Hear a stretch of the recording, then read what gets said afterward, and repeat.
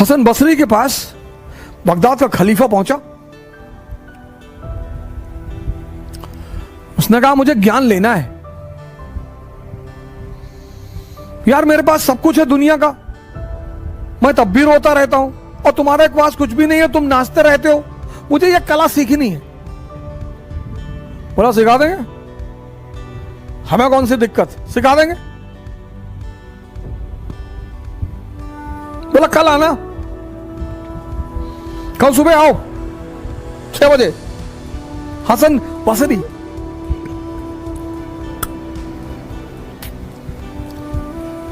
खलीफा आया दूसरे दिन सुबह। तो बसरी ने कहा देखो एक शर्त है, पहली शर्त कि जो भी मैं तुमसे कहूंगा वो तुम करोगे, क्रॉस क्वेश्चन नहीं करोगे, और अगर तुम समझ गए तो तुम मेरी वाली अवस्था में आ जाओगे। और उसने कहा ठीक है बताओ क्या करना है। तो खलीफा को ले गया एक कुएं पे, वहां एक बाल्टी रखी थी, बाल्टी का नीचे जो था बेस वो था ही नहीं।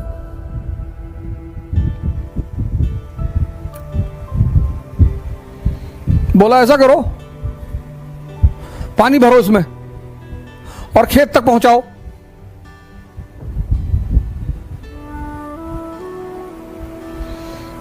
बसरी ने खलीफा से कहा कि ये जो बाल्टी है इसमें पानी भरो और खेत तक पहुंचाओ, नहर में डालो और खेत तक पानी पहुंचे।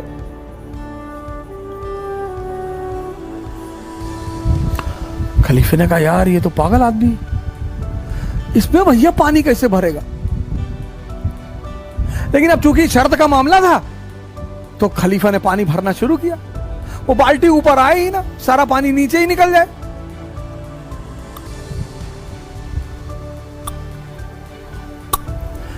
तो आधे घंटे बाद खलीफा का धैर्य टूट गया।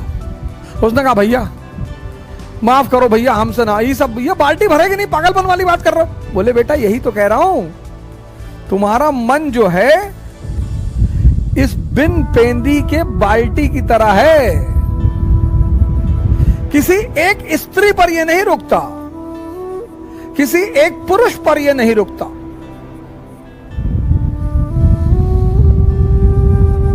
इसका मन जब बस चले तो पूरे दुनिया की स्त्रियों से विवाह कर ले, लेकिन डरता है कि पीटेंगे लोग, तो बड़ी आदर्शमयी बातें करता है यार। दूसरे की स्त्री को नहीं देखना चाहिए और खुद आंख फाड़ के देख रहे हैं।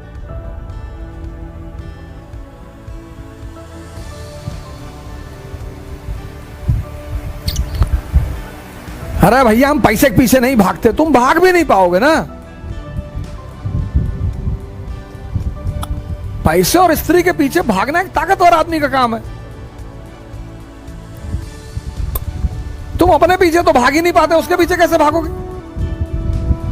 तो आपकी जो एनर्जी है उसको ये सब चूस लेता है, तो आपकी एनर्जी आपके गोल तक पहुंच ही नहीं पाती।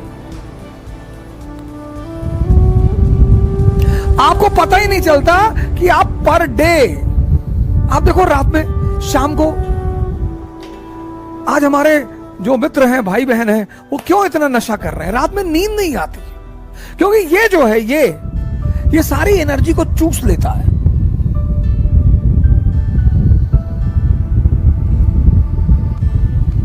सारी उस एनर्जी को जहां जाना है वो पहुंचती ही नहीं। तो जब एनर्जी अपने गोल तक नहीं पहुंचती तो अचीवमेंट कुछ होगा ही नहीं।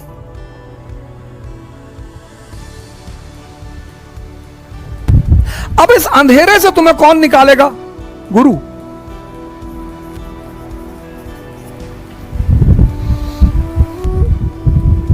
तो ये गुरु क्या करेगा? तुम्हें दीक्षा देगा, और दीक्षा देके तुम्हें कहेगा कि भैया, हां, आपने बोला हां, बोला भैया ध्यान करो।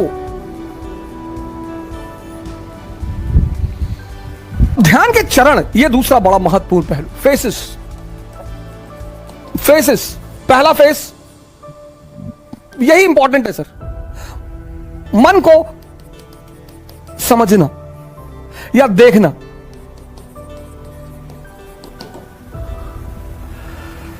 यह पहला बड़ा इंपॉर्टेंट फेस है कि आप देख लें।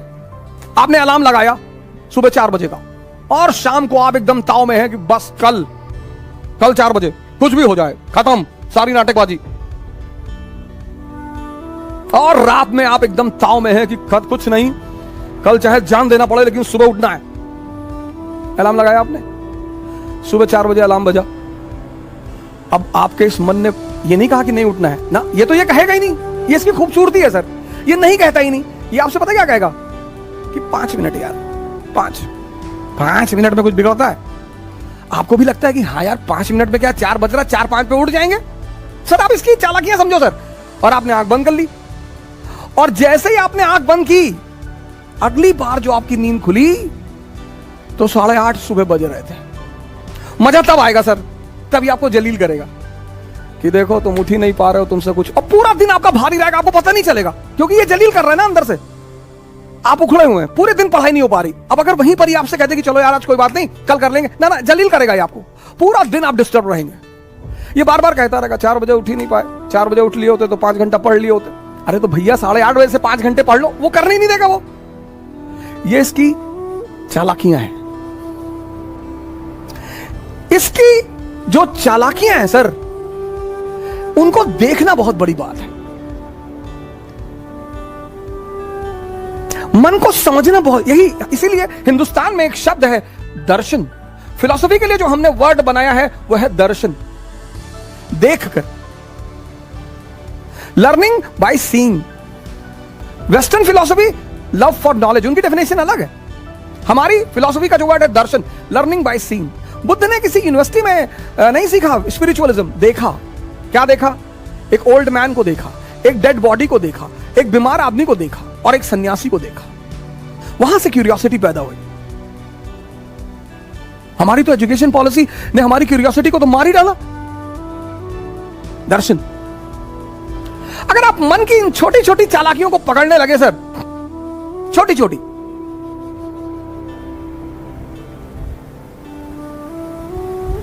वो पहला चरण है सर, फर्स्ट फेज। और एग्जाम्पल देगा कि अभी 21 साल उम्र है, अभी तो हम पापा भी कह रहे थे अभी कोई ज्यादा जरूरी नहीं है, अभी तो 21 ईयर एज है, अगली बार दे लेंगे। इसके टालने की आदत है सर। ये जो पहला फेस है इसका, वो बड़ा क्रूशियल है, क्योंकि उस माइन्यूट चीजों को पकड़ना, आप उनके प्रभाव में आ जाएंगे सर। वो 30 साल पुराना मन है, याद रखिएगा, और आप एकदम नए हैं। ये पहला फेस होता है सर। हर अच्छी चीज को कल पे टाल देगा, हर। आप ट्राई करके देख लो।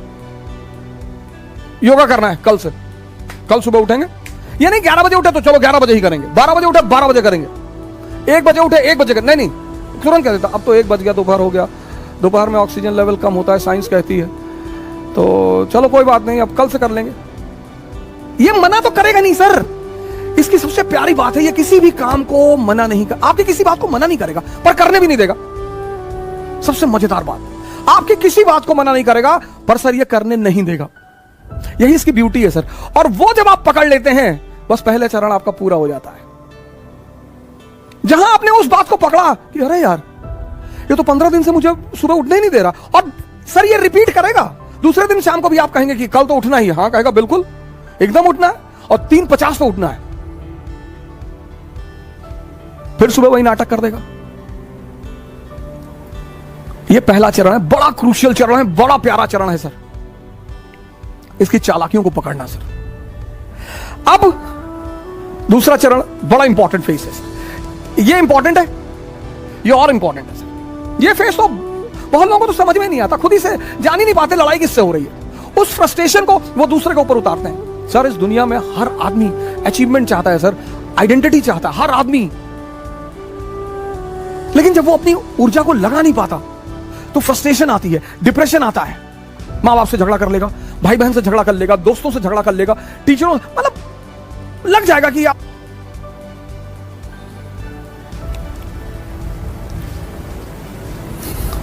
दूसरा फेस, अब मन क्या है कहां है यह किसी को नहीं पता सर। जब आप आंख बंद करते हैं ना, थॉट आती है कहां से, ये किसी को नहीं पता सर। हमको लगता है यहीं कहीं से आ रही है, पर स्पेसिफिकली कहां से, जैसे लीवर से क्या निकल रहा है हमें पता है, किडनी से क्या हो रहा है हमें पता है, हार्ट से क्या हो रहा है हमें पता है, लेकिन विचार कहां से आ रहे हैं? अब आप कमरे में बैठे बैठे बैठे पढ़ रहे, और विचार आ गया कि यार हवाई जहाज गिर गया बिल्डिंग पे, मर गए। अब आप बेचैन हो गए, बाहर निकल आए, बस आ गया थॉट, आ गया, आपको पता ही नहीं चला, थॉट आ गया। ये मन कहां है ये नहीं पता। तो जब पता ही नहीं कहां है तो उस पर वर्क कैसे करेंगे? ये बहुत बड़ा challenge. When you don't know what is mind and where is mind and from where thoughts are coming, how you will work on it? ये दूसरी बहुत बड़ी समस्या साधकों के सामने, पता ही नहीं विचार कहां से आ रहे हैं, बस आते हैं, बस आते हैं। और बहुत बड़ी बात, सब बहुत बड़ी बात, मन के कुछ अगर आप पहलू देखें माइंड के, एक तो पता नहीं विचार कहां से आते हैं, और विचार ऐसे आएंगे जैसे आपसे मैंने 1000 रुपए ले रखा है, आप मुझे फोन मिला रहे हैं, मैं नहीं उठा रहा हूं, तो ये विचार नहीं आएगा कि बेचारे का फोन खो गया होगा ना, विचार ये आएगा कि देखो पैसा लिए फोन नहीं उठा रहा है। विचार ये भी तो आ सकता है कि बेचारे का फोन खो गया होगा, कोई बात नहीं, 2 बार के बाद नहीं मिलाएंगे। और अगर ये आ जाए, दोनों विचार हैं, मैं आपका 1000 रुपए लिया हूं, आप मुझे फोन कर रहे हैं और मैं नहीं उठा रहा हूं, तो अब 2 विचार आ सकते, एक कि बेचारे का फोन खो गया होगा। अब अगर विचार ये आ जाए तो आप रिलैक्स रहेंगे, लेकिन अगर विचार ये आ गया कि देखो पैसा लिए जानबूझ के नहीं उठा रहा है, तो आप फ्रस्ट्रेट हो जाएंगे। दोनों विचार, एक विचार आपको शांति दे रहा है और दूसरा विचार आपको अशांति दे रहा है, और ये हर केस में होगा सर, हर जगह होगा, हर जगह लाइफ के हर फेस में ये 2 विचार उठेंगे। अब आप अगर ध्यानी हैं तो आप पॉजिटिव विचार पकड़ेंगे। ये ध्यान का सबसे बड़ा रोल है सर।